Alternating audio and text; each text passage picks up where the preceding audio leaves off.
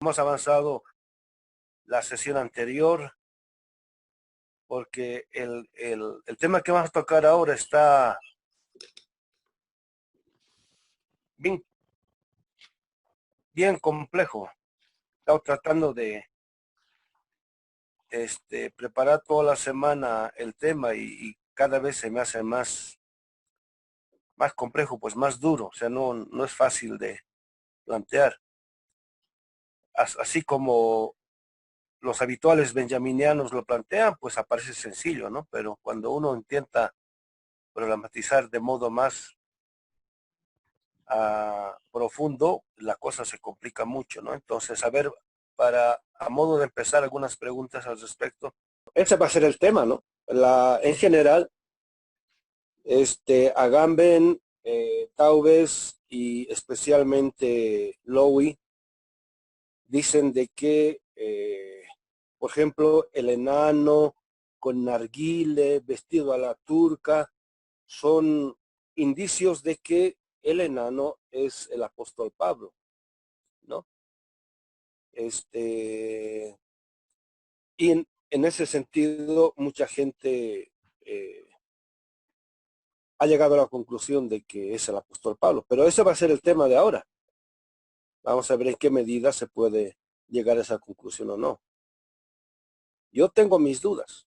Yo no estoy diciendo ellos están mal y yo estoy bien. Yo no estoy diciendo eso. Lo que dicen en general esta gente, y es, por ejemplo, el caso de Agamben, no es un recién llegado, es un tipo que ha trabajado a fondo, en serio, la cosa. Lo mismo Lowy, ¿no? Y hasta Hinkelamer llega a esa conclusión, ¿no? Pero yo creo que la cosa es más complicada, más compleja. Entonces, es lo que yo quiero abundar, ¿no? Pero no porque, digamos, estemos tratando de aclarar exactamente quién es ese enano. Mi problema es cómo podemos trabajar nuestro propio enano. Ese es mi problema. Evidentemente esto implica tener claridad respecto del enano al cual se refiere Benjamin, ¿no? Pero independientemente de eso, por decir, digamos, vamos a suponer que el enano es eh, Pablo de Tarso. Entonces habría que establecer la conexión entre Pablo, el apóstol Pablo, y el materialismo histórico, ¿no? Y en la versión de Michel Lowy llegaríamos a la teología de la liberación. Pero ahí también hay problemas, ¿no? Entonces diríamos, bueno, entonces es lo que hay que desarrollar. Pero cuando yo hago la insistencia en la reflexión desde nuestro horizonte cultural propio, o sea, digamos, desde nuestra matriz cultural, en este caso religiosa en el sentido amplio, teológica en el sentido amplio y mística, la cosa se complica, ¿no? Entonces, bueno, ya hemos visto los problemas con lo que podría significar el matrimonio histórico.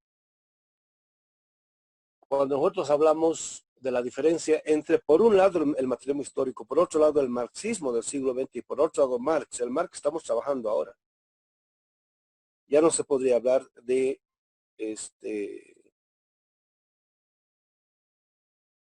en sentido estricto de el materialismo histórico o el marxismo.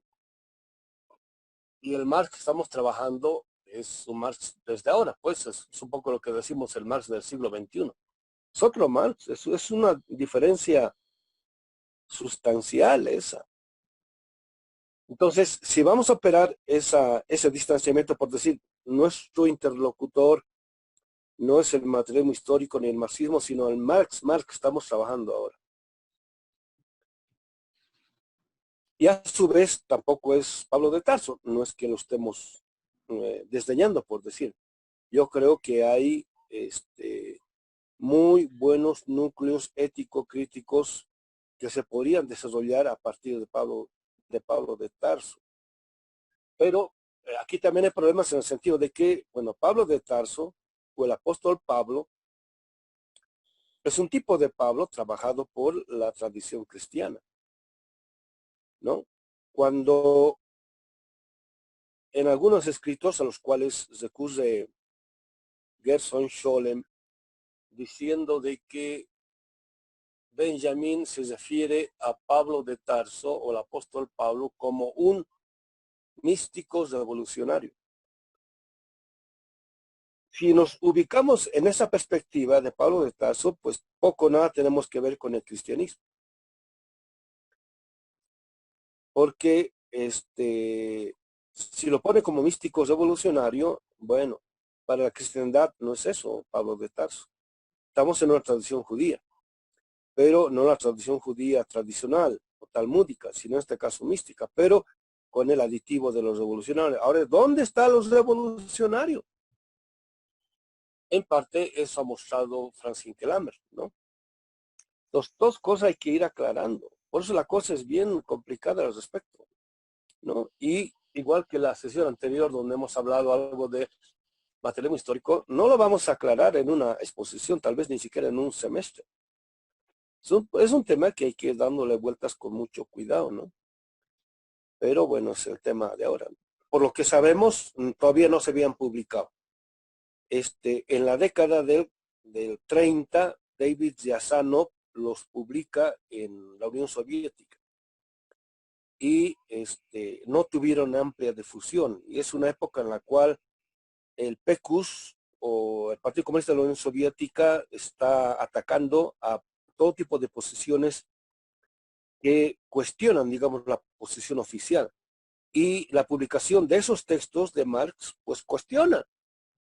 Entonces, por eso no tuvieron amplia difusión y la verdad, no creemos, todo indica a que Benjamin no tuvo acceso a eso. Si no habría sido dinamita pura, pues.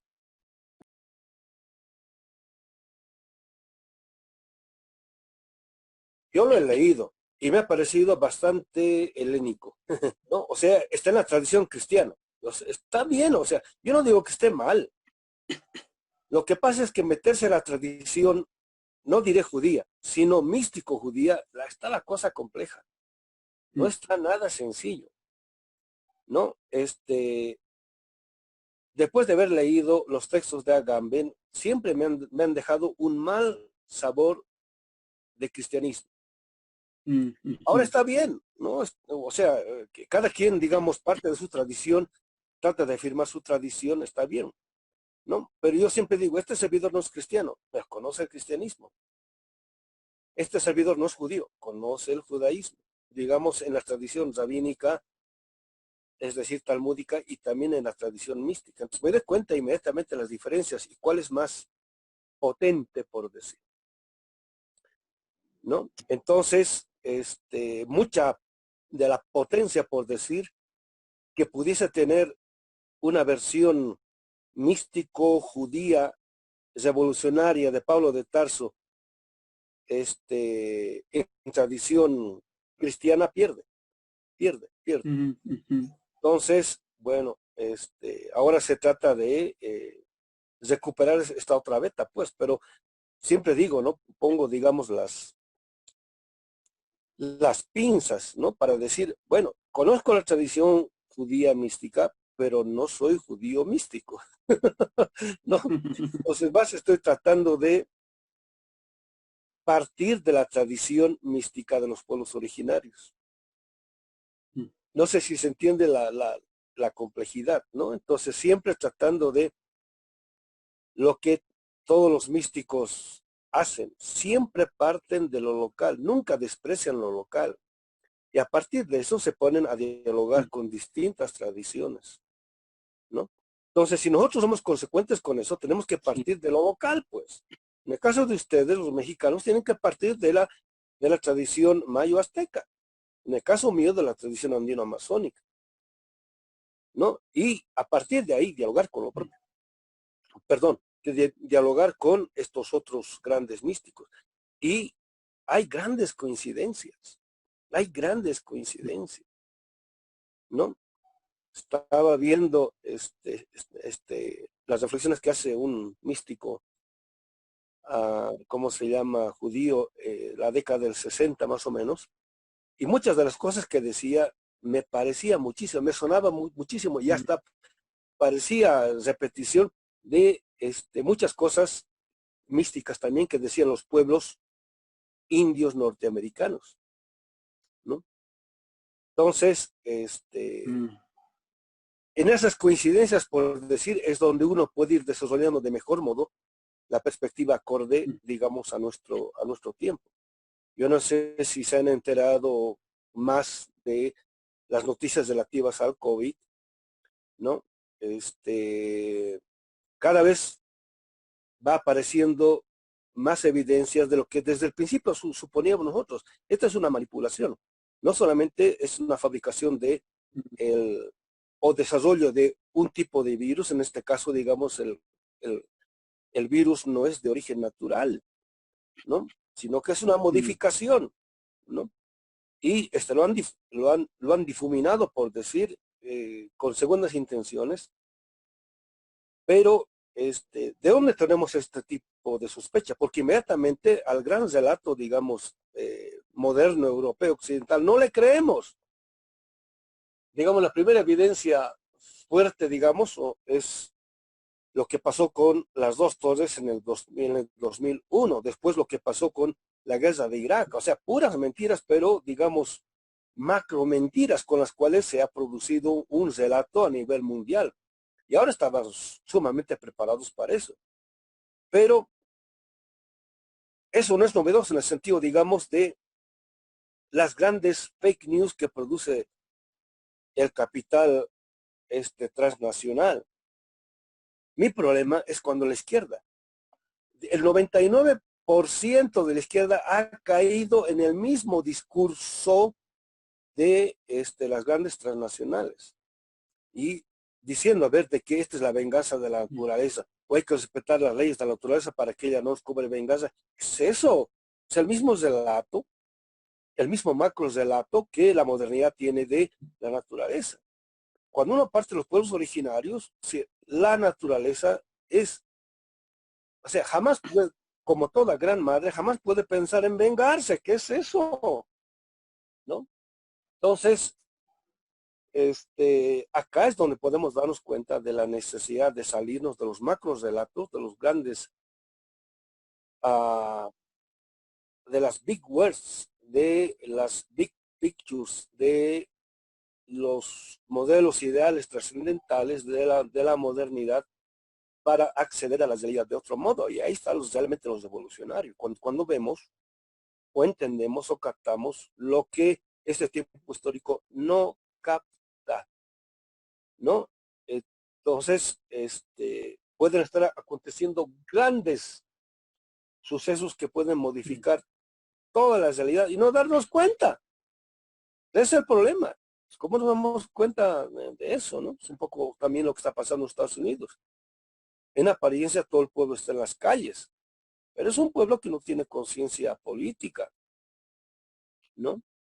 Y lo más probable es que las grandes élites, estos dos grandes grupos que están peleando, digamos el grupo de los Clinton y el grupo de los que están detrás de Trump, que son, bueno, un deep state tradicional y un deep state que quiere constituir ahora en dominador, manipulen todo esto, ¿no? Y hasta Stulin dice, estamos a las puertas de una guerra civil.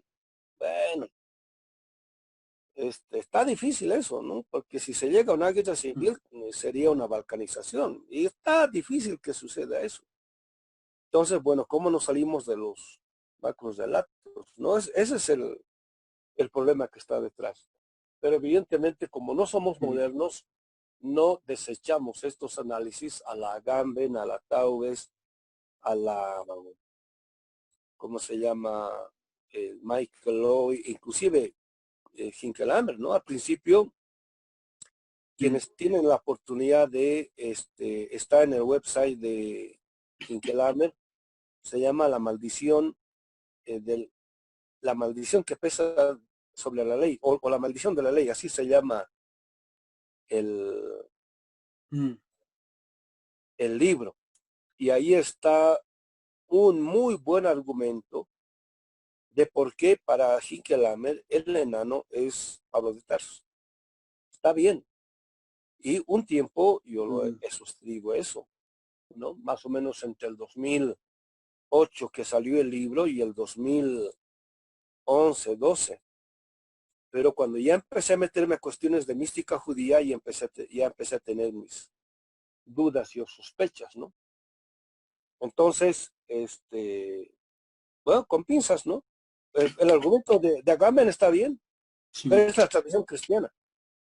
Entonces, ahora veamos cómo se ve el problema desde la tradición mística judía, ¿no? O sea, no es la misma de Levinas, ¿no? Y es otro tipo de tradición. Pero también, digamos, aquí con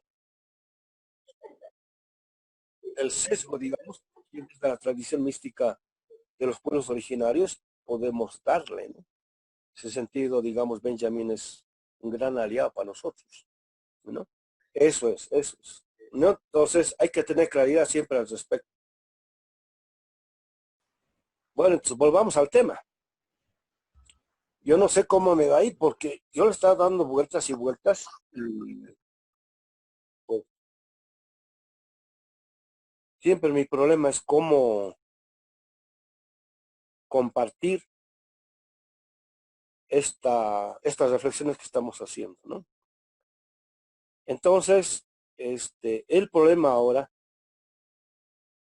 es aclarar esto que dice Benjamín en la última parte de la tesis.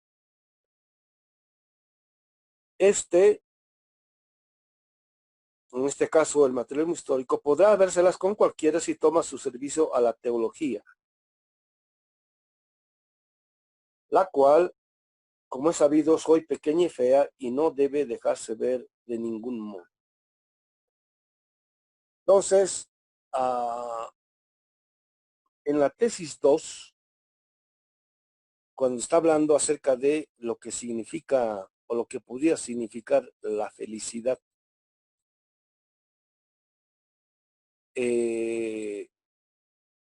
insiste Benjamín en que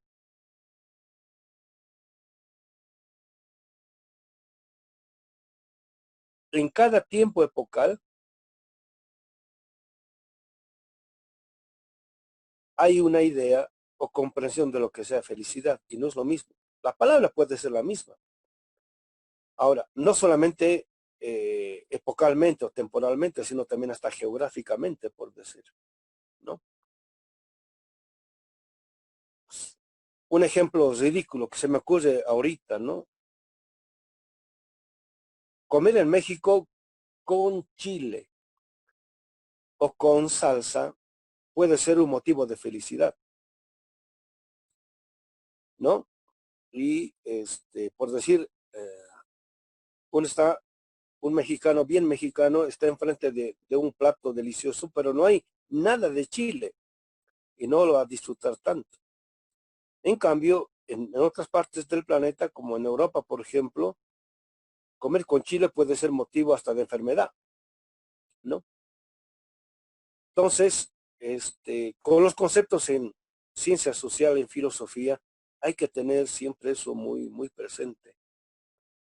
Entonces, por decir, digamos, en los textos de Platón podemos encontrar la palabra teología, en los de Descartes o Kant la palabra teología, en este caso en los textos de Marx o de Benjamin, la palabra teología, y ahora nosotros, y no significar lo mismo. Entonces, hay que tener conciencia de eso siempre a cada paso, ¿no? No es lo mismo la felicidad de hace un siglo o hace medio siglo que ahora, ¿no? Y no solo en sentido temporal, sino también en sentido geográfico. Entonces, con la palabra teología pasa eso, ¿no? Entonces, en opinión de este servidor, la palabra teología está siendo utilizada en sentido amplio. Ahora, un poquito, digamos, para ponernos en contexto en la discusión, lo que estaban ya los compañeros aludiendo, dice teología, no dice teólogo, por ejemplo, ¿no? Ahora, ¿cómo Benjamín escribe, no diré místicamente hablando, sino que tiene ese tipo de matices.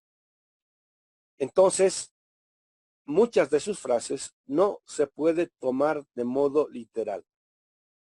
Si yo fuese un analítico, solamente a partir del texto podría decir, Benjamín no se refiere en absoluto a Pablo de Tarso porque no dice un teólogo, sino dice la teología. Y Pablo de Tarso es un teólogo, no es la teología. Listo. Pero ese tipo de lecturas no van con Benjamín. Son no sé si conocen el caso de Zab Kaduri. Es un místico judío de origen iraquí que murió como hace 10 años, creo. Un tipo eminente que era judío iraquí y creo que en la década del 20 del siglo pasado se fue a Israel y ahí desarrolló toda su obra, ¿no? Entonces era un cabalista así impresionante y que al final de su vida dijo que no había hablado del Mesías, el Mesías se le había presentado y se había revelado su nombre, todo eso. Entonces él dijo, voy a revelar el nombre, pero después de mi muerte. Entonces escribió un pequeño manuscrito y él dijo que se lea el manuscrito un año después de su muerte, ¿no? Entonces, un año después de su muerte, según sus deseos, abren el escrito ¿no? Y es un texto así como los místicos escriben, pues, digamos, en claves, ¿no?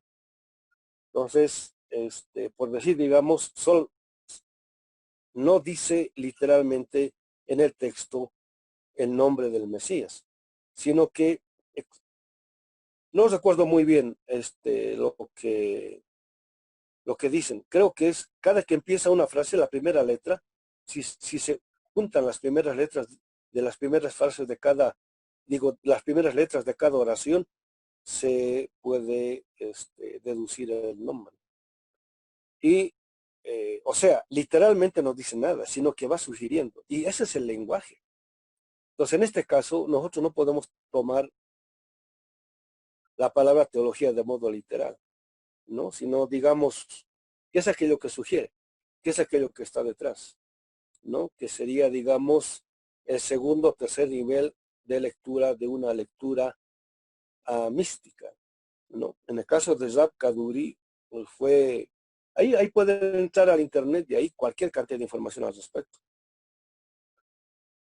Dicen que cuando revelan el nombre, dice que decía Yeshua. O sea, no dice Jesús, no dice Yeshua.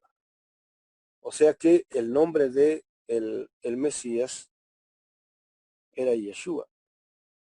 Y hubo un gran revuelo, o sea, ¿qué es? Así, después de 2000 años que los judíos están esperando al Mesías y de pronto había sido el Mesías cristiano, pero cuando uno toma, ¿cómo puedo decir?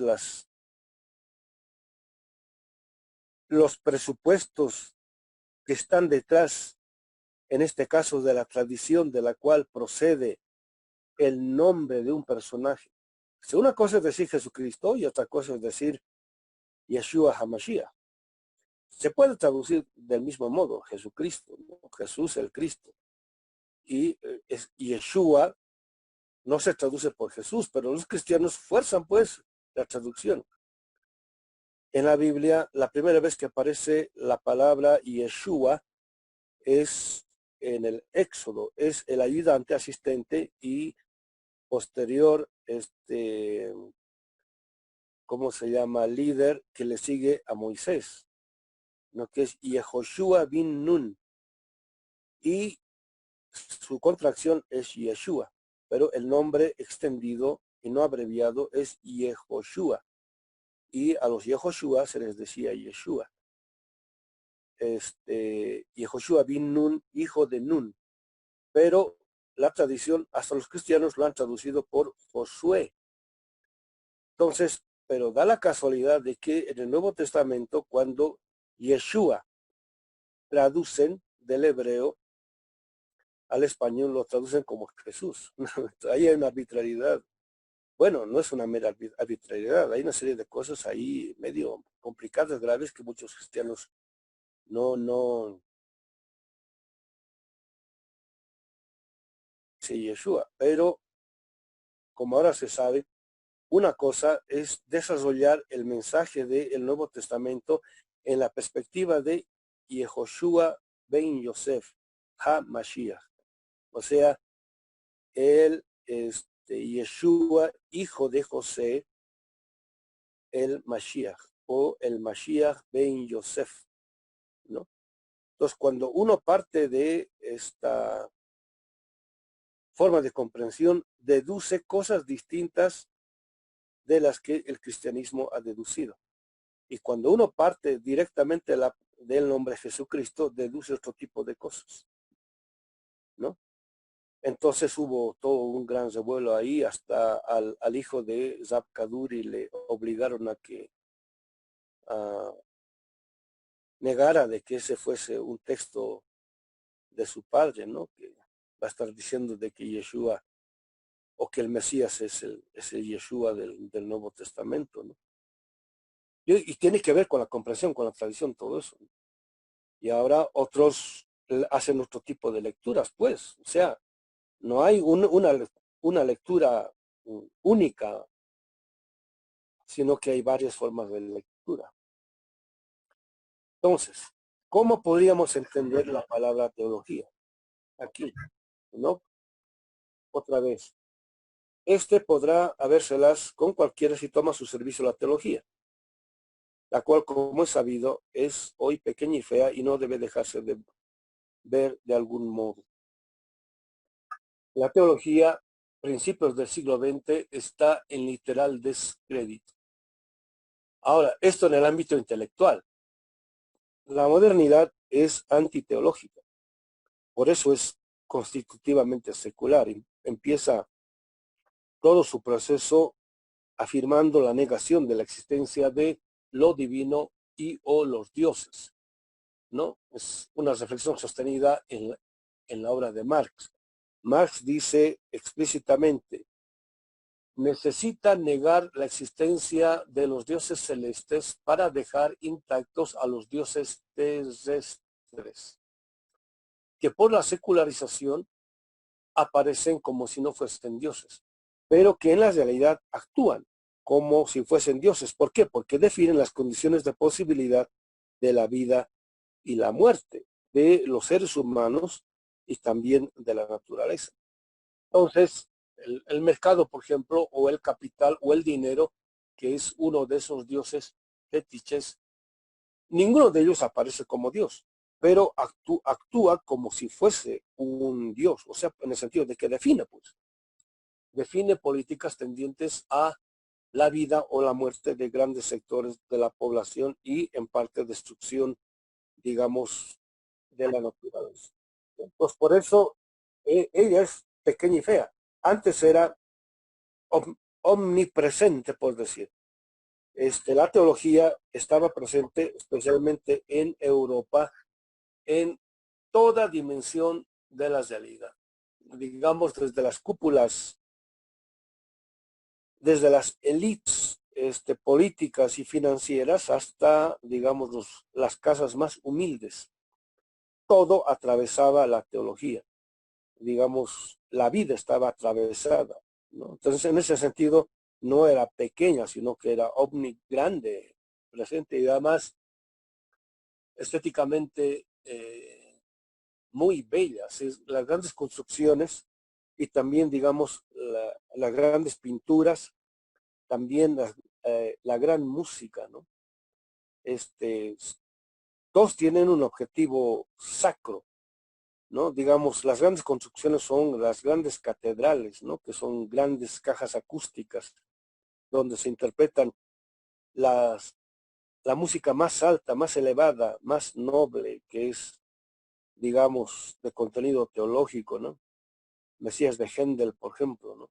Y que más o menos todo se empieza a quebrarse a partir de Mozart, que digamos que la música clásica, que era cuasi sagrada, se empieza a volver profana. Con la pintura igual, ¿no? Digamos, todos los decorados del Vaticano y todas las iglesias, las grandes construcciones aspiraban a ese tipo de visión pictórica o artística, digamos, de la realidad. Todos los temas, todos los motivos eran bíblicos, sagrados, divinos, etcétera, ¿no?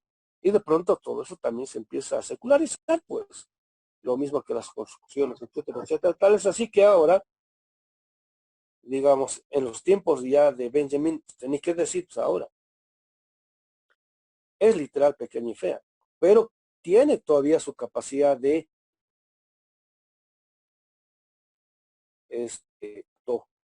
¿no?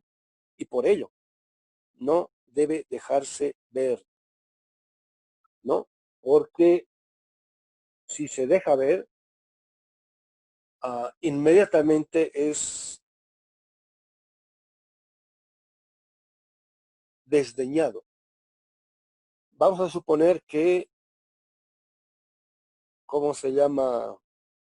Aparece una posición revolucionaria muy óptima, digamos, para la 4T, ¿no? Para la cuarta transformación mexicana, ¿no? Digamos que puede solucionar radicalmente en 10, 20 años todos los problemas de México y posicionarlos en un lugar muy óptimo y que tiene fuerte contenido teológico, ¿no? Que inmediatamente, por más verdadero que sea, lo más probable es que sea desdeñado, ¿no? Entonces, para que no suceda eso, es bueno que no se deje ver, ¿no? Pero a su vez, normalmente, ese tipo de poder que implica o que está contenida en la división, en la dimensión divina y o mística de la realidad, en general no se lo ve con los ojos. Es la pregunta que siempre se dice, ¿no? Si existe Dios, ¿dónde está? Muéstramelo, voy a creer. Y no se lo ve, pues. No se lo puede ver. Son dimensiones de la realidad y para esto sirve la dialéctica, el método dialéctico. Son dimensiones de la realidad que existen, pero que no se lo ve con los ojos. O sea, a simple vista no aparece.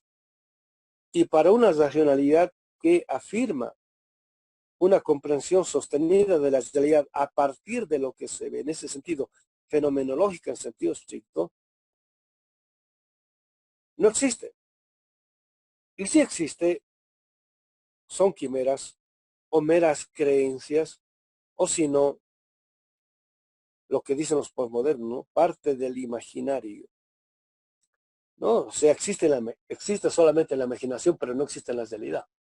Como si estuviese separado, divorciada la imaginación respecto de la realidad, ¿no? Entonces, tienes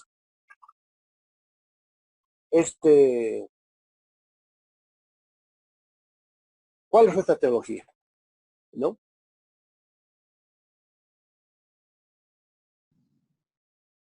Dice Benjamin, perdón, Gerson Scholem, no solamente en historia de una amistad, sino el anterior semestre he llevado al curso y he leído, son textos tan publicados por la editorial Trota. Uno se llama El misterio de este mundo, los otros libritos no recuerdo los nombres, ¿no? Son reflexiones, uno creo que se llama 10 tesis fundamentales del judaísmo, algo así. Son reflexiones, todo es cábala, por ejemplo, ¿no? Todo es cábala. Después hay un librito publicado por la editorial Ciruela, es sobre el lenguaje, Está muy bueno ese libro. Y así, bueno, son estos últimos textos, ¿no? Porque Gerson Scholem, ah, quienes quieran meterse a esto que estoy diciendo, lean Gerson Scholem.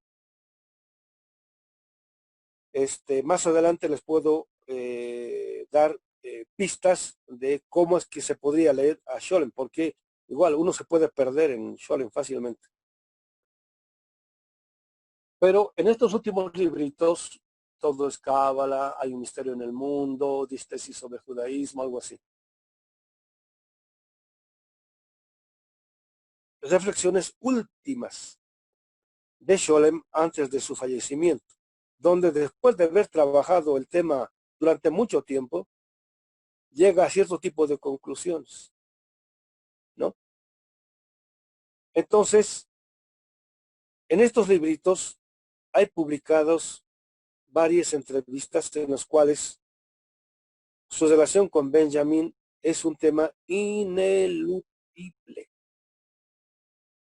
¿no? Entonces, Scholem va reflexionando en torno de no solamente su amistad con Benjamin, sino la evolución del pensamiento de Benjamin, porque le hacen un sinfín de preguntas al respecto, ¿no? Entonces, Scholem va mostrando cómo es que Benjamin empieza, como tantos otros de su generación, ¿no? Que están en franco proceso de secularización, pero que durante la República del Weimar, toda la década del 90 y especialmente en la década del 30, empiezan a darse cuenta de que secularizarse quiere decir dejar de ser judío. O sea, negar su cultura. Eso quiere decir modernizarse. Modernizarse quiere decir secularizarse. Para ser alemán, o sea, moderno, hay que dejar de ser judío. Hay que negar la propia cultura. En el sentido de que es inferior, es atrasada, es particular, etcétera, etcétera, ¿no? Es mera creencia, mera superchería, y ellos están más allá de todo, etcétera, etcétera, etcétera. El problema es cuando viven ellos en la República del Weimar las consecuencias de eso. Que independientemente de que un judío se haya secularizado o no, la modernidad, en este caso, la racionalidad violenta de la modernidad, el racismo inherente a la modernidad, el colonialismo inherente a la modernidad, ¿no? Encarnado en este caso por el movimiento fascista, niega sistemáticamente la humanidad de un tipo de cultura, ¿no?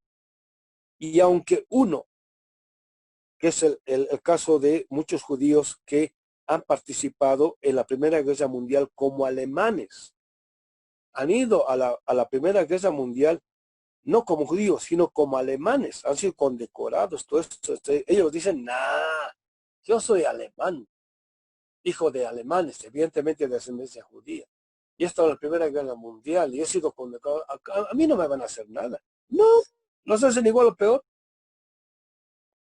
Entonces, cuando ven las consecuencias de lo que significa secularizarse en un mundo estricto que está en franco proceso de modernización, mucha gente como Scholem o como Benjamin y en parte Bloch empiezan a volver a la tradición con fuerza.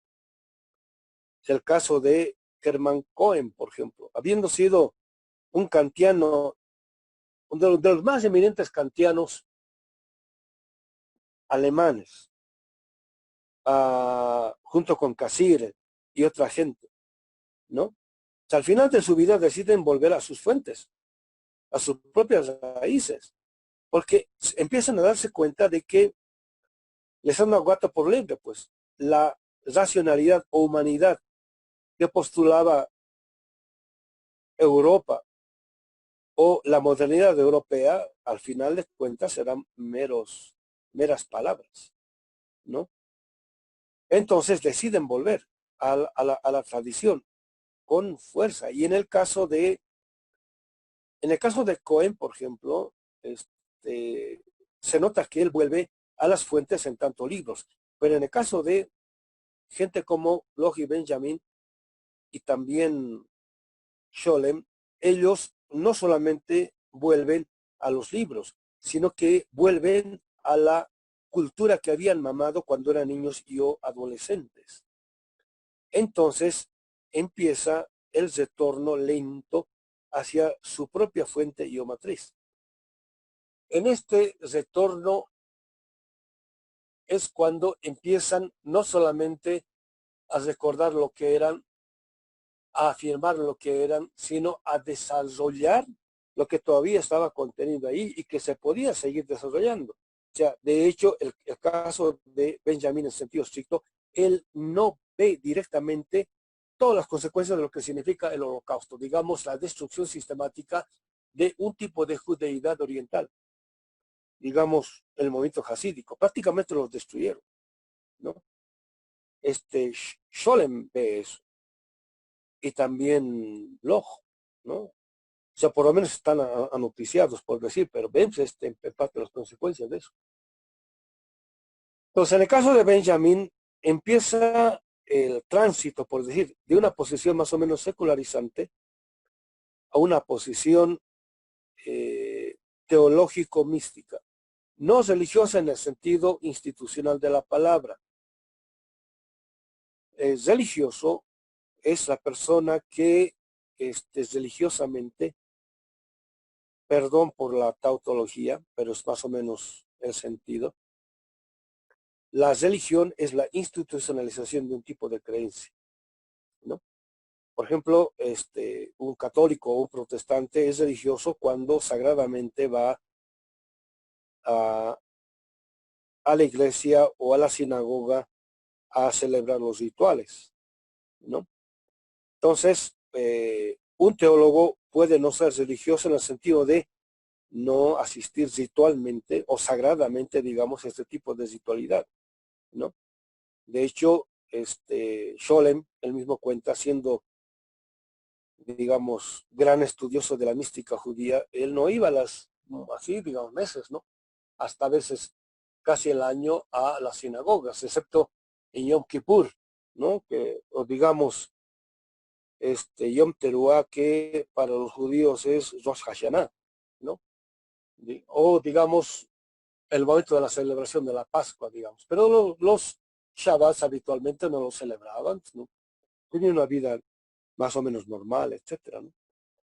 Entonces, recuperan este tipo de dimensión teológica, pero ahora lo que quiero, ¿cómo se llama?, destacar, ¿no?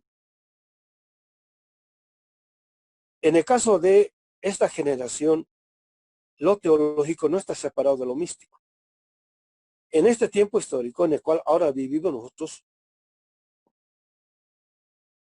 los teólogos no se reconocen necesariamente como místicos. Es más, muchos teólogos no son místicos, es más, reniegan de la mística. Porque la teología es la dimensión racional, por decir, como desarrollo de una posición religiosa, ¿no? Entonces, ahora se puede entender a la mística como separada de la teología. Pero en el tiempo de Benjamin no. Eso quiero que se entienda bien, ¿no? El místico ha sido o es teólogo, pero el teólogo no necesariamente, ¿no? Por ejemplo, Ratzinger, un gran teólogo, pero con la mística no tiene absolutamente nada que ver, ¿no? No sé si se entiende esto que quiero mostrar. Entonces, por eso hay que tener en cuenta las implicaciones o el contenido, digamos, de las palabras en el caso de gente como Benjamin. O sea, no es una palabra secas. Es una palabra que tiene otro tipo de implicaciones a las cuales hay que prestarle bastante atención. Entonces, la teología no es la teología tal y cual entendemos ahora. Es una palabra que implica asuntos místicos. En el caso de Scholem, eso es sine qua non, o sea, una evidencia de hecho. Y todo este tipo de reflexiones que estoy diciendo lo estoy tomando a partir de Scholem, ¿no? Scholem es quien muestra esta vinculación o conexión esencial. Por ejemplo, en la historia de la teología, ¿no? O en la historia de la mística, se puede ver cómo es que hasta el siglo XVI fundamentalmente, o sea, hasta el 1500, en Europa y el Sefarad, o sea, la península, es como se le llamaba a la península ibérica. Le llamaban así los judíos, el Sefarad, ¿no? Es una palabra que viene de Sefarim, de ahí vienen los sefarditas. Sefarim quiere decir los manuscritos, ¿no? El Sefarad viene del Sefer. El Sefer quiere decir libro, o el escrito, o la escritura, eso quiere decir Sefer. Entonces, el Sefará es el lugar de los escribientes o escritores. En este caso, de la cultura y o lengua judía, en este caso fundamentalmente de la Torá y los textos sagrados en torno la, de la Torá, ¿no?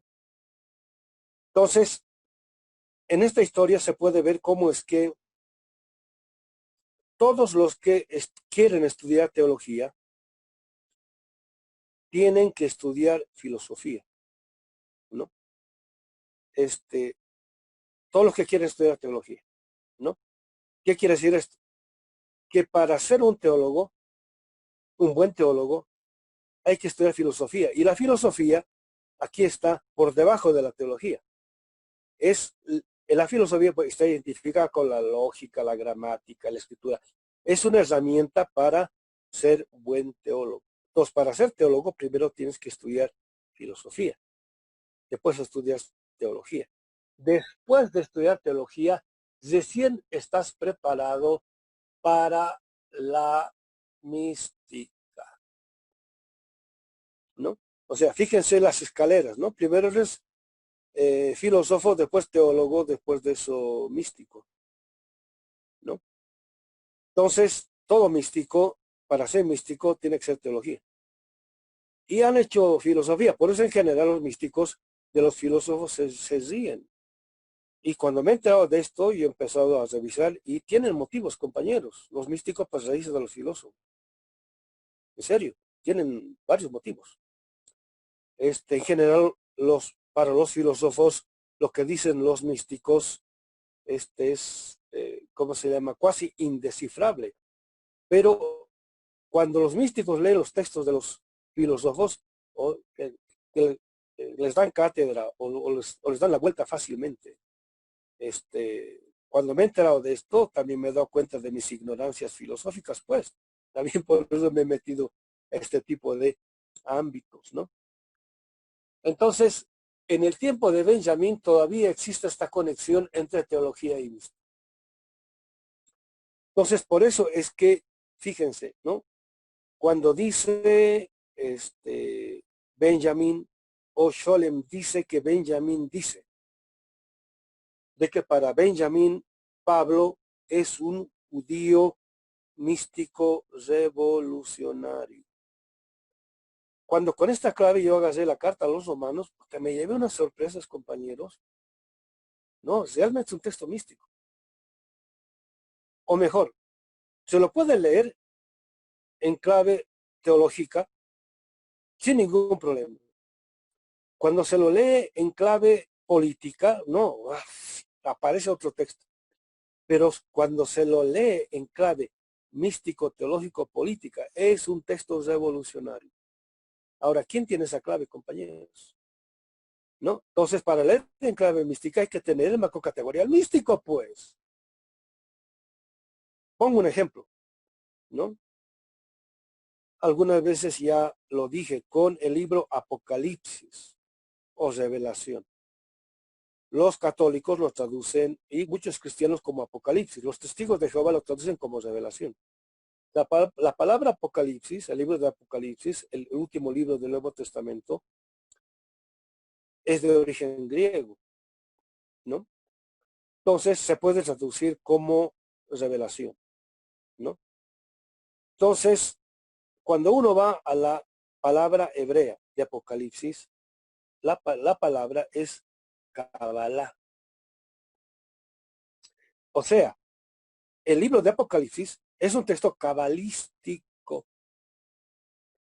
Y quien no tiene el marco categorial del pensamiento cabalístico judío, a ese libro llamado el Apocalipsis le hace decir cualquier barbaridad menos lo que está contenido ahí. Esta evidencia que le ha pasado de largo a generaciones y generaciones de cristianos, imagínense a cristianos que se han enfrentado a la carta a los romanos, ¿no? Entonces, se podría decir de que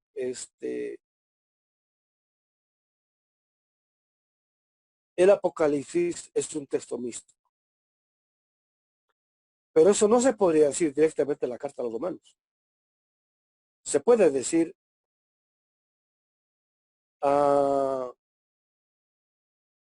que es un texto teológico. Es un texto teológico, sí. Tal vez de los más eminentes del Nuevo Testamento. Pero también es un texto filosófico. Y quien me lo ha mostrado eso es Franz Inkelam. Ese texto está discutiendo directamente con muchas otras cartas, con los griegos, con la filosofía griega. Pero a su vez está discutiendo políticamente con la teología judía de su tiempo. Pero a su vez místicamente está enunciando el nuevo reino. Entonces, quien tiene esta tridimensionalidad categorial puede aproximarse no solamente a la carta a los romanos como un texto místico judío revolucionario, sino puede aproximarse al autor de esa carta a los romanos, que es a judíos romanos, no es a los romanos, es a judíos que viven en Roma. De ese modo, entonces tener ese tipo de comprensión. Otra vez, entonces la palabra teología no es solo teología secas. Ahora, si es el apóstol Pablo, el teólogo, digamos, que está atrás, no es el teólogo o el apóstol Pablo o Saulo de Tarso a secas, sino que es un apóstol Pablo o un Saulo de Tarso que por un lado es judío, ahora no es judío de nuestro tiempo, no es judío medieval, es un judío del tiempo del Mesías. O sea, eso también hay que ubicarlo, hay que situarlo cultural, históricamente. Es un judío revolucionario, es un judío que está en contra de Roma, está en contra de la concepción que de ley ha producido el pensamiento judío, pero también romano, que es de origen griego. Por eso es una discusión multidimensional, pero a su vez con contenido místico. Y entonces, si tenemos estos datos, por decir, sobre la mesa, y vamos a texto de Agamben, por ejemplo, o al de Michel Louis, pues se nos quedan cortos. No sé si se entiende lo que estoy queriendo decir. Entonces, por eso, detrás de esa palabrita, hay mucha amiga a la cual hay que darle vueltas, ¿no? Ahora, hasta aquí, bueno, la discusión es interesante cuando queremos entender a Benjamin en tanto que Benjamin. Está bien. Pero compañeros, estamos en el siglo XXI. No somos judíos, tampoco europeos. Bueno, ¿qué hacemos? Muchas veces en la década del 90 y principios de el 2000 quedó cursos de Levinas en México. Muchos alumnos, espero que no sea el caso ahora. Cuando les mostraba esta beta, en el caso de Levinas, los cursos de Levinas que daba, no solamente se ponían a investigar a fondo tradición de pensamiento judío, sino que algunos pensaban que la única forma era convertirse en judío. Yo no digo que esté mal. Yo no digo, compañeros, ¿cómo se van a volver judíos? No, no, no, yo no estoy diciendo eso. Lo que pasa es que si nos convertimos en judíos, esa condición de negar nuestra propia tradición. Porque el judaísmo de hoy se ha desarrollado a costa y en contra de otro tipo de tradiciones. En el comentario que Rashi hace de la Torá, ahí se puede ver eso bien clarito. Sus interlocutores son siglo X en adelante, porque es un libro político, en el sentido de está siendo escrito cuando ya empezaron las cruzadas y los musulmanes. Entonces es para distinguir bien lo que es judío respecto a lo que no es judío, en este caso lo que es musulmán y lo que es cristiano. Es en contra de, ¿no? A ver, vayan a cualquier sinagoga y díganles los requisitos para convertirse en judío, ¿no? Entonces, si son cristianos, tienen que renunciar públicamente a su origen, por decir, ¿no? Y ni qué decir de los pueblos originarios. O sea, si se siguen de los cristianos, peor que de nosotros, ¿no? Pues bueno, ¿qué hacemos? Entonces, pues yo digo, entonces, a mí no me es suficiente aclarar quién es el enano. En este caso, digamos, quién es Pablo de Tarso. No me es suficiente. Para mí el problema es, bueno, está bien, para Benjamín es, digamos, el judío revolucionario, místico, Pablo de Tarso. Y ahí, compañeros, solamente desarrollando esa perspectiva, tenemos nombre, otro tipo de comprensión de lo que significa el mensaje contenido en el Nuevo Testamento. ¿No? Y deviene otro tipo de texto. Esa comprensión sería revolucionaria. Solamente con eso ya tendríamos una posición revolucionaria en el óptimo sentido de la palabra. Lo que es un poco, digamos, lo que intentó desarrollar la teología de la liberación, ¿no? Que hay muchos elementos como para poder mostrar la pertinencia política, crítica, en el óptimo sentido de la palabra, para hacer la crítica de la modernidad hoy. Solamente con eso ya sería un gran paso. Pero yo siempre digo, pues, ¿no es cierto? El problema, un poco como cuando hablo de Marx, ¿no? Estudio mucho Marx, sigo estudiando, yo creo que gran parte de mi vida más le voy a dedicar a Marx, pero no es para volverme marxista. Mi problema no es ser marxista, no es ser discípulo de Marx o superar a Marx, porque eso no es mi problema. Mi problema es cómo cambiamos este tiempo histórico. Ese es mi problema. Entonces, bueno, ¿qué hago con esta afirmación de Benjamin? La sesión anterior, o producto de la sesión anterior, lo que yo digo siempre, ¿no? Si es cierto lo que dice Benjamin, cosa que creo que sí. Nuestro interlocutor no es el materialismo histórico. Listo. Tampoco el marxismo del siglo XX. Listo. Es Marx, el Marx que le llamamos del siglo XXI. Y ahí, bueno, fundamentalmente Hinkelhammer, esta lectura que ha hecho también Dussel y lo que está desarrollando este servidor, ¿no? Y ahora el problema es, bueno, ¿cuál es el enano? Para quienes están siguiendo la obra de Hinkelhammer, estoy preparando un libro que va a condensar gran parte de los textos que Hinkelhammer ha escrito sobre Marx, ¿no? Que está esparcido por aquí, por allá, algunos inéditos. Yo creo que el próximo año saldrá el libro. Falta un artículo que está trabajando Hinkelhammer todavía. Se va a llamar el Marx de Hinkelhammer, ¿no? Lo voy a prologar, estoy haciendo el texto y yo creo que va a salir por acá. Entonces ahí ya va a tener, digamos, más formalizado el Marx de Hinkelhammer, ¿no? Entonces, ese sería, por decir, digamos, nuestro materialismo histórico. Evidentemente también, ¿cómo se llama? Atravesado por el Marx de Bloch, al cual nosotros le debemos bastante, ¿no? Y que, bueno, después de ese libro de Hinkelhammer, recién voy a publicar mi librito sobre Marx. Entonces, ya ese libro no saldrá el próximo año, sino en 2 años.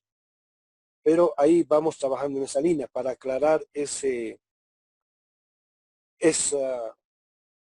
el lugar de la palabra o frase materialismo histórico, ¿no? Es Marx. Y esta Marx es mucho más que el materialismo histórico y el marxismo del siglo XX, ¿no? Bueno, ¿qué hacemos con la teología? Pues, compañeros, ¿no? Entonces, la lección que más o menos he ido cosechando y aprendiendo mientras me metía a la dimensión teológica contenida en la obra de Benjamin. O sea, no es la lectura de estas tesis, no es la lectura de la tesis 1, es la lectura de la obra de Benjamin. Un poco lo mostrábamos el semestre anterior en sus reflexiones relativas al lenguaje. Si uno no tiene una comprensión mística de el libro del Génesis, que es el lugar de donde toma las reflexiones relativas al lenguaje, Benjamin no entiende ese texto. ¿Viste? ¿No? Quien muestra esto en parte es también Scholem, ¿no? Entonces,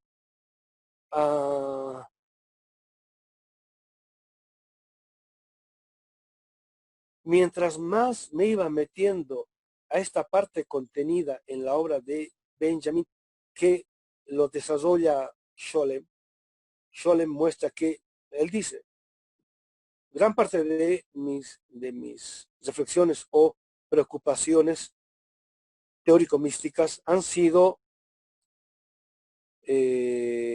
bueno, no dice inspiradas, ¿no? Dice han sido motivadas, impulsadas, han sido alentadas, es la palabra, por mis diálogos con Benjamin. Benjamin me decía, no, dice, esto está muy bueno, esto tienes que desarrollar, esto tienes que desarrollar. Él decía, yo tenía muchas intuiciones, ¿no? Y le platicaba, me decía, no, eso es lo mero mero, hay que desarrollar eso. Y dice, posteriormente yo fui desarrollando todo eso, ¿no? Que tal vez si Benjamin no le hubiese dicho eso, nunca lo hubiese desarrollado. O sea, a veces uno tiene ideas respecto a las cuales uno mismo no está seguro si son buenas o malas, y viene alguien, digamos, interesante, le dice, eso está muy bien, tienes que desarrollar, y uno lo desarrolla y al final pues dio en el clavo, ¿no? Entonces, mientras iba viendo esos desarrollos teórico-místicos que hacía Scholem, no solamente iba comprendiendo más la obra de Benjamin, sino que se me iba aclarando el universo crítico que quería mostrarnos Benjamin. Y que los maestros ya no han llegado a eso, que tampoco van a llegar, por decir. Ya me daba cuenta de que no solamente estaba avanzando, sino que mi comprensión estaba empezando a adquirir otros matices. Pero siempre estaba en este servidor, esta espinita, ¿no? Bueno, pues que lo que pasa es que yo no soy judío, no soy europeo. Pero además estoy en el siglo XXI. Pues, ¿qué hago? Con la obra de Levinas no había tanto problema. Pero con la obra de Benjamin sí se me hizo problema. Entonces, no solamente descubrí, o sea, a ver, desde el principio yo tenía claro de que el pensamiento andino es completamente místico, ¿no? Sino que lo que empecé a hacer es redescubrir el contenido cognitivo, presupuesto o contenido en el pensamiento místico andino-amazónico. Y cuando empecé a incorporar, decía, ¿y cómo se podría ver lo mismo que ve Benjamin desde esta otra perspectiva? y se me abría el panorama de otro modo, ¿no? Ahora, compañeros, ojo, este servidor nunca les va a decir, tienen que volverse judíos, o tienen que volverse budistas, o tienen que, no, no, no, o inclusive tienen que volverse andino-amazónicos, no, no, no, nunca les va a decir eso. O sea, nunca les voy a, nunca me voy a otorgar a mí mismo la capacidad o posibilidad que ustedes tienen de elegir lo que quieren ser y hacer. Eso ya depende de ustedes. Es elección libre de cada uno de ustedes. O sea, por eso nunca les voy a decir, no es que tienen que volver, no, no, no. Lo que sí, si uno dice que es marxista y parte del reconocimiento de que todo tipo de pensamiento, por más etéreo que sea, por más formal que sea, por más trascendental que sea, tiene siempre una materialidad que como base le permite no solamente su existencia, sino su desarrollo. Eso dice Marx. Lo estoy diciendo ahora en el lenguaje que estamos desarrollando. Si uno dice eso, uno tiene que afirmar en primera instancia la materialidad contenida o presupuesta en uno mismo cuando dice que quiere pensar este tipo de problemas. Porque si uno hace abstracción de eso, ya ha caído lo mismo que la modernidad, espiritualizante, o sea, formalizante, o sea, vacía del contenido del cual uno está partiendo y o ha presupuesto. Y eso conduce siempre a extravíos, pues. Lo primero que tiene que hacer es partir de lo propio. Partir de lo propio quiere decir afirmar lo propio, pues, con todas sus limitaciones y posibilidades. Uno tiene que partir de lo propio y a partir de ahí elevarse en diálogo con lo mejor de la tradición del pensamiento humano. Pongo un ejemplito. Es una reflexión china acerca de lo que significa el chi, ¿no? El chi es lo que se podría decir energía de vida o la vida como energía, ¿no? En distintos lugares le dan nombres distintos. En el Extremo Oriente, por ejemplo, le dicen el Tai. En el mundo andino le dicen en Aymara es Hamasa, que quiere decir fuerza, ¿no? O energía, en este caso de vida. Entonces, en esta reflexión que hacen los chinos a partir de lo que significa el chi, que es la energía de vida primordial. O sea, todo lo que es y existe en toda la realidad tiene chi, ¿no? O sea, energía de vida, por eso existe. Entonces dice, en el caso de los seres humanos, ¿por dónde le llega al ser humano la vida? ¿No? ¿Dónde empieza la vida? Entonces dice, cuando nace un ser humano, ya está vivo, ya ha estado viviendo hace 9 meses. Ya, no es que, ¿cómo se llama? Nace y recién empieza a vivir, no, ya está vivo. Entonces dice, ¿y a través de qué le llega o le llegó la vida? A través del embrión. En este caso, en el caso nuestro, a través del ombligo, ¿no? Entonces, la fuente, la primera fuente a partir de lo que significa tener vida, humanamente hablando, se da o ingresa a través del ombligo,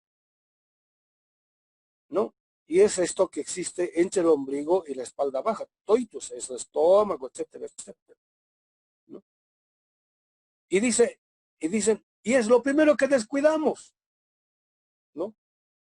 Entonces, la vida llega y dice, hasta ahora sigue llegando, pues, sea, nunca se desconecta, por eso tenemos vida.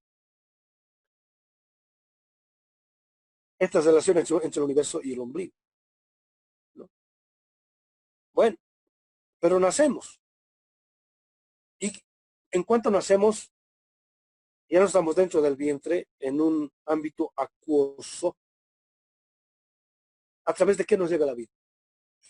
A través de la respiración, ¿no? Las fosas nasales.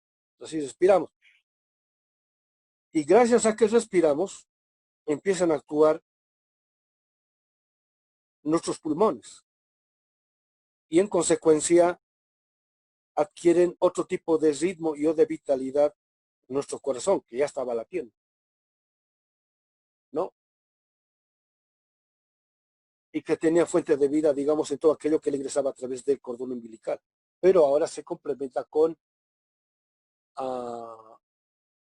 el aire y o el oxígeno. Entonces, me dicen, ¿no? Respiramos a través de las fosas nasales. Y después de eso, comemos. En este caso, mamamos a través de la boca. Todavía no vemos, ¿no? Y escuchamos, pero todavía es, digamos, sin sentido, ¿no? Entonces la pregunta, ¿no? ¿A través de dónde le llega al cuerpo el aire y la leche o el alimento que comemos? A través del cuello. Y otra vez dice, ¿no? Es lo que más descuidamos. Y después de eso, cuando hacemos una abstracción de todo eso, pensamos que todo depende del cerebro. Y es la modernidad. Entonces, para hacer todo eso es una, ¿cómo se llama? Es una comprensión, no solamente antropológica, sino también del universo. Pero en general hacemos abstracción de el origen de la fuente a partir de la cual se da la vida. Que es el chi, y en este caso, digamos, la relación entre el ombligo y el universo. La hemos perdido, en ese sentido hemos perdido una materialidad. Entonces, cuando parto de esta otra comprensión, o esta otra descripción, esta otra big word, por decir, big pictures, me relaciono con la realidad de otro modo, pues. Entonces empiezo a cuidar lo que antes no cuidaba. Todos los jóvenes, digamos, el 90% de los jóvenes, ¿acaso cuidan la alimentación, compañeros? ¿No? Yo cuando era joven igual, pues, era un total, ¿cómo se llama? Ingenuo, digamos, de la alimentación. O sea, pensaba que el cuerpo era un mecanismo. Hacía la Descartes. Ahora se me horroriza de cada cosa que leía o que recuerdo, digamos, de lo que dice Descartes acerca del cuerpo o de la corporalidad humana, ¿no? Y eso como contenido informativo se actualiza de una forma, de un modo en el cerebro. Y entonces por eso es que la filosofía moderna puede pensar toda la realidad como si al cerebro le fuese indiferente tener o no corporalidad humana. Y en este caso, le es indiferente esta dimensión de la humanidad que produce la fuente gracias a la cual es posible la corporalidad humana, que es el campo, el indígena, el campesino, que es la dimensión más castigada. Que recién ahora alguna gente está empezando a darse cuenta de que había sido lo más importante. Pero las racionalidades no se cambian de la noche a la mañana. Mucha gente dice, la modernidad, no. Bueno, el neoliberalismo ha llegado a su ocaso. Bueno, tal vez como proyecto político, pero sus instituciones siguen operando, están vivitas y coleando. Que yo sepa, el Fondo Monetario Internacional no se ha cerrado, al contrario, sigue ejerciendo presión para hacer préstamos, etcétera, etcétera. Sigue teniendo poder y fuerza para estar cobrando intereses, deuda, etcétera, etcétera. Lo mismo el Banco Mundial. Estados Unidos, con toda su crisis, sigue haciendo sus fechorías. O sea, sigue enviando 800, ¿cómo se llama?, soldados a la frontera colombiana Venezuela, etcétera, etcétera. Sí, sigue operando. Vamos a suponer que se cae ahorita Estados Unidos. Hay una guerra civil y se balcaniza. Mínimamente dicen 5 países, ¿no? Ya no hay poder del imperio. No, compañeros. De esta crisis, los más grandes ganadores son las grandes transnacionales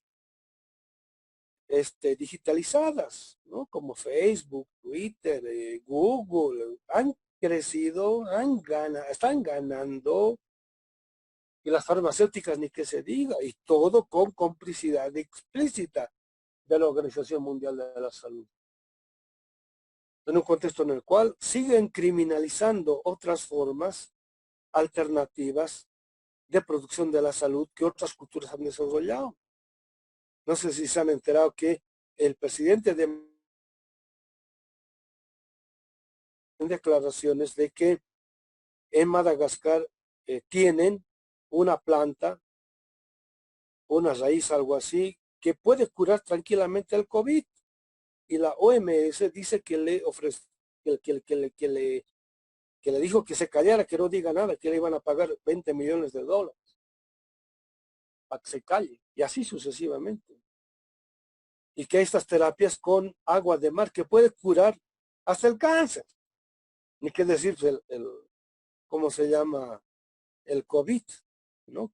Que cura la diabetes, pues son terapias en base de agua de mar, descubiertas a principios del siglo XX por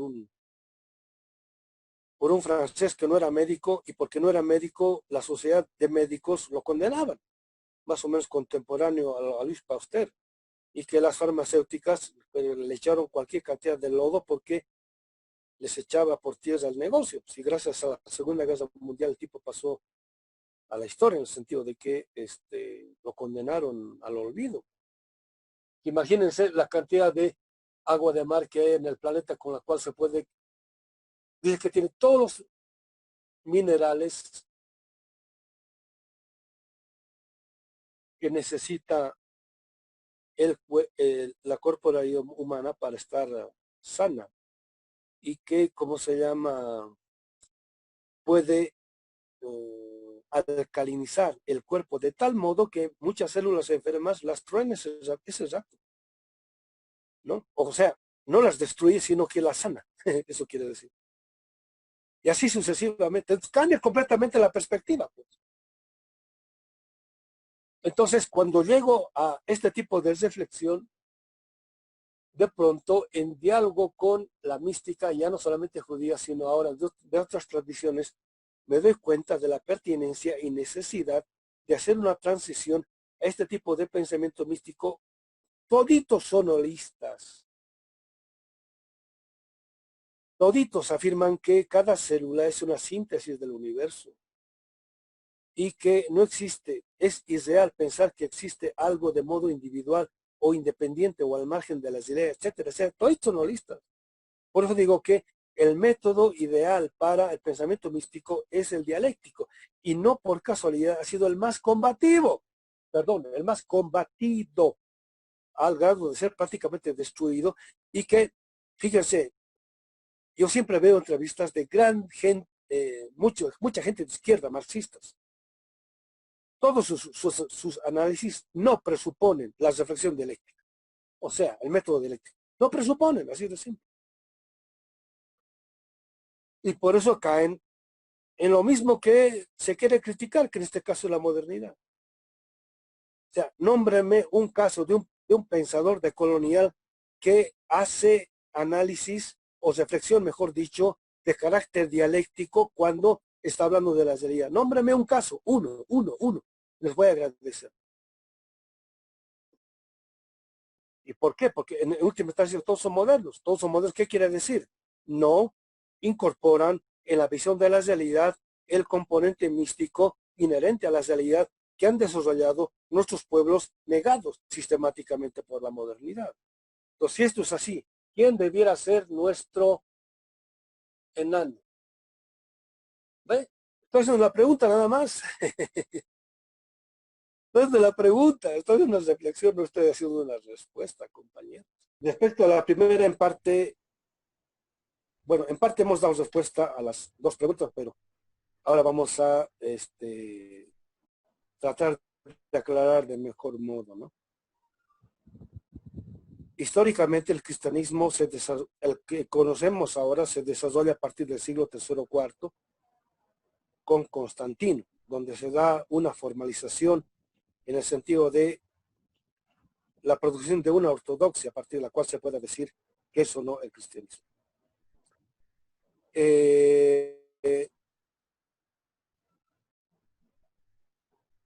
En la obra de Hinckelhammer, por ejemplo, en parte Moltmann, también Bloch y algunos otros, ya se puede ver, especialmente en Hinckelhammer, y esto nos pasó a nosotros fines de la década del 90, cuando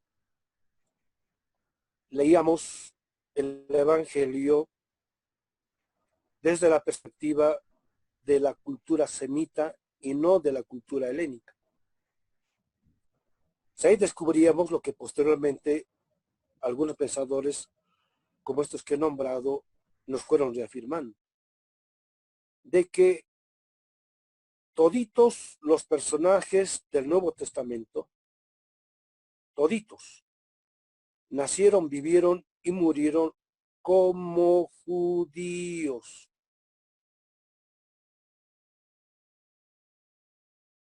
Como judíos semitas, de cultura semita. Muchas veces insistí en la necesidad de que hay que tener una comprensión de la guerra de los macabeos para entender el tiempo de Yehoshua ben Yosef el Hamashiach. Ya lo voy a decir directamente así para no confundir con el Jesucristo. ¿Qué pasó 100 años, 130 años más o menos antes del nacimiento de Yehoshua ben Yosef el Hamashiach?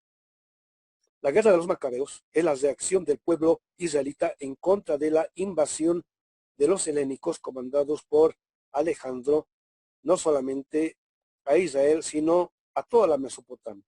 Ustedes saben, no solamente llegaron a Egipto, sino hasta el noroeste de la India.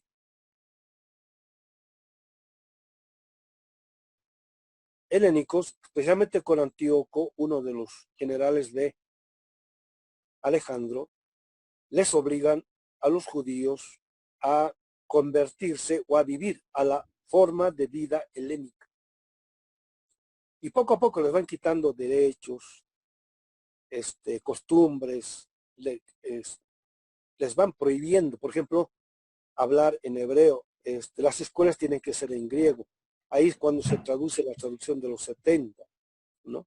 La Biblia hebrea lo traducen al griego, ¿no? Para que lean la Biblia en griego. Y los generales de Alejandro no son tontos, son discípulos de Aristóteles, toditos. Y ellos saben de que no es nomás leer una traducción, sino de que en el contenido de un tipo de lenguaje está contenido un tipo de comprensión de la realidad. Los judíos se dan perfecta cuenta de eso. Por eso es que para ellos leer la Torah en griego era una herejía, porque el griego era una lengua no solamente profana, sino politeísta, o sea, pagana, hecha para una cultura, para el desarrollo, la comprensión de una cultura pagana, ¿no? Y el hebreo para la comprensión de una cultura, o en este caso, digamos, religiosidad sagrada, ¿no? Y se daban cuenta, por eso es que ellos no aceptaban. Y así les empezaron a prohibir el Shabbat. Entonces, la guerra de los macabeos es una reacción de un pueblo que quiere afirmar lo propio, en este caso su forma de vida, en contra de una forma de vida que está destruyendo la vida de los israelitas tal y cual habían desarrollado hasta ese entonces, ¿no? Entonces, ya no es una lucha militar o política, sino que es profundamente cultural, liderada por los grandes sacerdotes que oficiaban en torno del templo. En el tiempo del Mesías, esta comprensión de la realidad política y cultural está intacta. Lo que hacían los griegos, ahora lo están haciendo los romanos. Entonces, Grecia ya había sido un imperio al cual habían sido capaces de derrotar a los israelitas. En cambio, con los romanos está difícil. Entonces, el tipo de lucha tiene que cambiar, ¿no? Entonces, los judíos se oponen a los romanos como cultura, como pueblo, como civilización. Eso hay que tenerlo bien claro. Entonces, Yehoshua ben Yosef es un judío, no solamente la tribu de Judá. Históricamente, a la gente que está viviendo en torno de Jerusalén, les dicen los de la casa de Judá, los que viven al norte, los de la casa de Israel, ¿no? Entonces, son 12 tribus, pero independientemente de cualquier tribu que sea, si están viviendo en torno de Jerusalén, se les dice de la casa de Judá. Y si viven más al norte, se les dice de la casa de Israel, ¿no? Entonces, por eso en sentido estricto los judíos no son judíos, sino les dicen judíos porque es como en el DF, le dicen, independientemente donde han nacido, si viven en el DF son chilangos, ¿listo? O defeños, por decir. Es más o menos así. Pero lo que los caracteriza es una forma de vida, un tipo de religiosidad, un tipo de lenguaje, un tipo de cultura. Entonces, a los que afirman la cultura y religiosidad hebrea, israelita, o sea, semita, les dicen judíos. Entre los judíos o israelitas. Y a los que no viven conforme, siendo judíos o israelitas, conforme a la cultura, a la religión y a la costumbre, les dicen griegos o helenizantes o romanos. Y es una forma de decir traidores. Cuando hablan de los gentiles, no es en sentido estricto la gente que no es judía, sino la gente que siendo judía se está paganizando, se está o helenizando o romanizando. Se está helenizando, no solamente hablan en griego, sino que comen como los griegos, visten como los griegos, ¿no? Etcétera, etcétera. O sea, asumen esa cultura. Es como, por decir, en la primera, no, en la primera década del siglo XX, los rusos que querían mostrar que se estaban modernizando, hablaban en francés. Modernizarse quería decir afrancesarse. Cuando iban a los grandes restaurantes pedían los platos a la carta en francés. Es más, la carta estaba en francés, ¿no? Entonces, era una forma de decir yo soy moderno. Cuando hablo francés, yo soy moderno, tengo las costumbres modernas, etcétera, y no en ruso, etcétera, etcétera. Entonces, es un combate cultural. Entonces, desde Yehoshua ben Yosef, el Hamashiach, hasta todos sus discípulos afirman esa vida, viven conforme a ese tipo de costumbres. Y se puede ver claramente, quien tiene este tipo de sospecha y perspectiva, lea el Nuevo Testamento y ustedes van a ver, toditos respetan el Shabbat, toditos respetan sus rituales, toditos guardan las fiestas, toditos, ¿no? Vienen los cristianos y exactamente cambian todo eso. No solamente le dan otro tipo de interpretación, sino que cambian las costumbres, por ejemplo, de la celebración del Shabbat.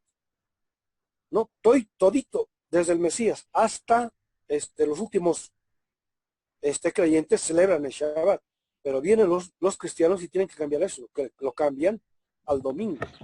al Domini Dei, el día del Señor, el día del Señor Sol, que el domingo es el día del Señor Sol, y el Sol es la representación de lo que brilla, de Cristos, y así sucesivamente. Entonces, el cristianismo aparece, o sea, ni Rab Shaul o Pablo de Tarso, ni Yehoshua ben Yosef son fundadores del cristianismo. Eso es falso. Digamos, el fundador del cristianismo es Constantino y sus acólitos. ¿Listo? Por ejemplo, eso hay que tenerlo claro, compañeros, ¿no?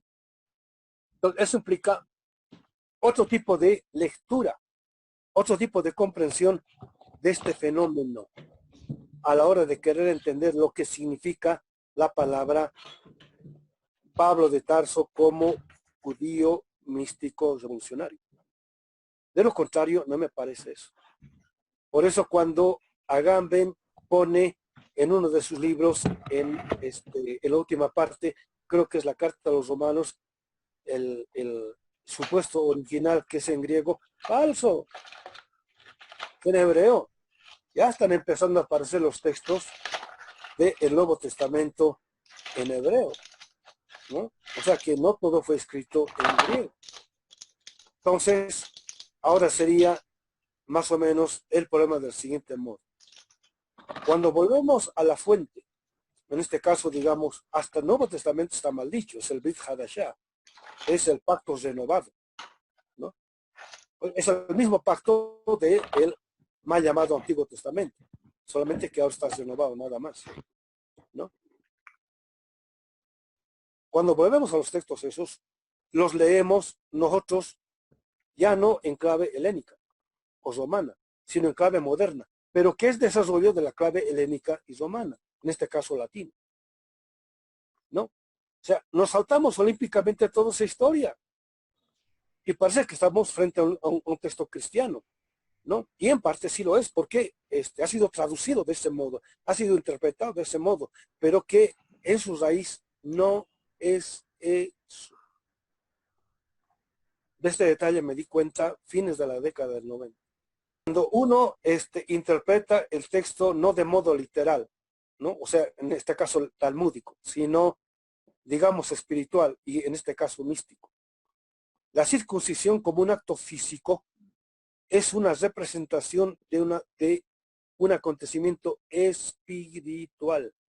Y cuando uno pierde lo espiritual o místico, entonces le queda solamente el aspecto físico. Entonces, cuando viene Yehoshua ben Yosef, el Hamashiach, lo que quiere es recuperar lo que está contenido en el acto físico. No es el sentido, en última instancia, el acto físico, sino que lo que está contenido en él. Entonces, pues dice, yo no he venido a circuncidar en sangre, yo he venido a hacer la circuncisión del corazón. Ahora, tampoco es que va a agarrar físicamente el corazón y lo va a cortar. El problema es que hay mucha gente que está circuncidada físicamente y en su corazón son perversos, son paganos, son malvados, son Yetzer Hará. Ese es el problema. Y hasta el día de hoy sigue aconteciendo eso, ¿no? Entonces, ¿cuál es el problema? Entonces, nos tenemos que circuncidar físicamente. Compañeros, ese no es el problema. El problema es si es que se han circuncidado en el corazón. Ese es el problema. Y si se circuncidan o no, físicamente ya es una consecuencia eso. Y hasta los místicos de ahora lo dicen eso. Cabalistas de Pero eso no hoy. sería, Aquí el problema es que es lo fundamental. Es otra vez, no sé si usted estuvo en la primera sesión. ¿Cuál es el contenido de lo material? Lo espiritual. ¿Cuál es el contenido de lo espiritual? Lo material. Es recuperar esa unidad, ¿no? Pero en los momentos de crisis, por decir, bueno, ¿qué es lo fundamental, pues? ¿No? ¿Qué es lo fundamental? Entonces, por eso dice el Mesías, yo he venido a traer una nueva interpretación. Dice, pero esta no es nueva en el sentido de que nunca haya existido. Es un retorno a la antigüedad sagrada, cuando esta interpretación no se había perdido. Y que en el tiempo del Mesías, los los doctores de la ley, los escribas y los fariseos lo habían partido, porque todo era formal, en el sentido de que si respetas formalmente todo, ya estás bien. No era un respeto, digamos, que podían hacerlo los ricos, los pudientes, pero no los pobres, los que aparecían siempre condenados, ¿no? Entonces, es un retorno a aquello que es fundamental, a la raíz, que es, digamos, en hebreo, a la cabana con la cual se hace eso, la intencionalidad del corazón con la cual se hace eso.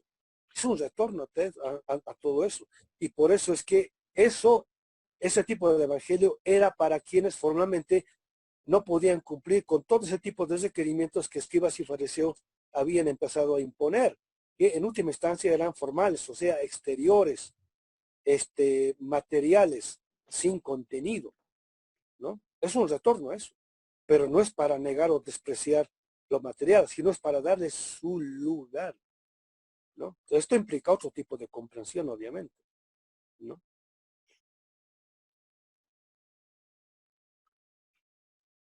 Bueno, yo supongo que no le da una respuesta exhaustiva. Es más o menos, digamos, por donde está yendo nuestra, ¿cómo se llama? Nuestra reflexión, ¿no? Y hay, inclusive en los cuentos jasídicos, muchos ejemplos al respecto. El que se me viene a la mente es está en los cuentos jasídicos de Martin Buber. Entonces, el cuento es el siguiente. En el campo hay un campesino que es pastor que está recitando una oración que dice algo así como: Señor del universo, yo no sé orar, ni soy letrado, ni soy instruido, pero si tú me pidieras que criara tus ovejas, yo lo haría de corazón y no te cobraría nada porque te amo. Esa es la única oración que está haciendo. Y cuando está haciendo eso, pasa un estudiante para Rabín, de Talmud, Gemara, etcétera, etcétera. Y se acerca y le dice: no, no se ora así. Se ora, mira, te voy a enseñar. Y le va explicando horas y horas el modo como tiene que orar, ¿no? Son los pasos, digamos, primero está la oración de la mañana, después del mediodía, después de la tarde, y así sucesivamente. Así se tiene que orar.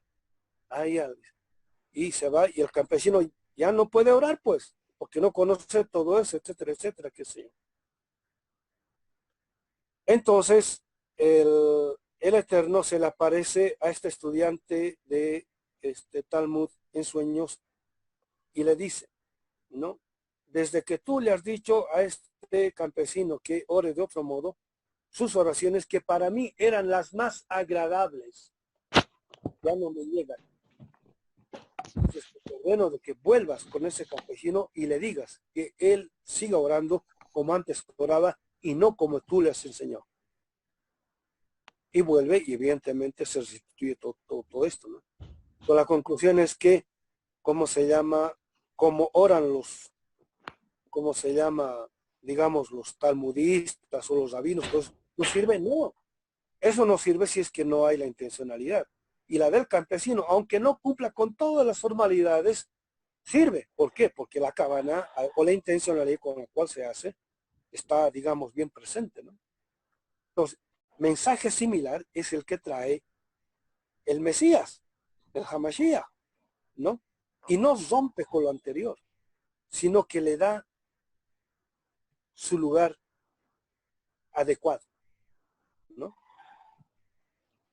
Y eso es lo que, digamos, mucha gente no ha entendido, ¿no?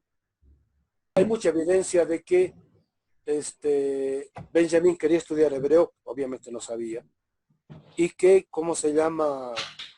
Sholem le consigue no solamente la posibilidad de que vaya a vivir, sino de que yendo a vivir a Israel, tenga la posibilidad de estudiar hebreo para incorporarse inmediatamente a la actividad académica en Israel, ¿no? Y Benjamín no opta pues por eso, ¿no? Ahora bien, igual, varias veces lo habíamos dicho, ¿no? Benjamín no llega a esta tematización a partir de la lectura de textos, ¿no? sino a partir de el tipo de vivencia que como cultura materna había tenido cuando era niño y adolescente, y que lo va alimentando, retroalimentando en el diálogo y discusión con sus amigos, con sus colegas, con sus amigos, ¿no? Con sus compañeros de viaje, trabajo, etcétera, etcétera, ¿no? Y hasta el testimonio de que algunas de sus, bueno, novias, amantes, como se la quiera nombrar, que le iba explicando un montón de cosas que él no sabía. Por esa vía va, ¿cómo se llama? Bebiendo y alimentándose también de la tradición, ¿no? Es un poco lo que, digamos, nosotros decimos en el ámbito de el pensamiento andino. Lo ideal sería trabajar todo esto en lengua, ya sea quechua o aymara o tupi guaraní. Eso sería lo ideal. Pero tampoco es garantía en el sentido de que, bueno, pues conocemos aymaristas por decir que hablan el aymara con concepción moderna, ¿no? Entonces nosotros podemos hablar, digamos, el español y tematizar, digamos, este tipo de temas con conciencia andina, ¿no? Entonces, lo que podría ser un obstáculo, al final lo transformamos en una posibilidad y ahí vamos, ¿cómo se llama? Cambiándole de sentido, inclusive las palabras. Esto un poco que comentaba con la experiencia que tuve con algunos compañeros en Chiapas, ¿no? Cuya forma de hablar, digamos, es muy poética, muy florida, pero no es porque hayan sido grandes lectores de poesía, sino que les aparece lo florido o poético cuando eh,